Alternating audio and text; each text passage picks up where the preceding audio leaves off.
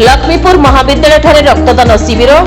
आज लक्ष्मीपुर उच्च माध्यमिक विद्यालय और डिग्री महाविद्यालय युव red cross unit, red ribbon club और जातीय सेवा योजना यूनिट तरफ एक स्वेच्छाकृत रक्तदान शिविर अनुष्ठित हो जाइछि। लक्ष्मीपुर महाविद्यालय परिसर में आयोजित ही रक्तदान शिविर में युक्त 2 अध्यक्ष गिरिजा कुमार चौधरी अध्यक्षता करथिबा बेले युक्त 3 अध्यक्ष बिजू मुदुली प्रत्यक्ष तत्वावधान में समुदाय 44 यूनिट रक्त संग्रह कर शिविर को स्थानीय गोष्ठी स्वास्थ्य केन्द्र मेडिकल अफिसर डाक्तर नवकिशोर कुंड उद्घाटन करथिबा बेले पूर्वतन सांसद झिन हिक्का, स्थानीय आईएसी सुज्ञानी साहू, लक्ष्मीपुर लैंप सभापति राधेश्याम जानी उपस्थित थिले।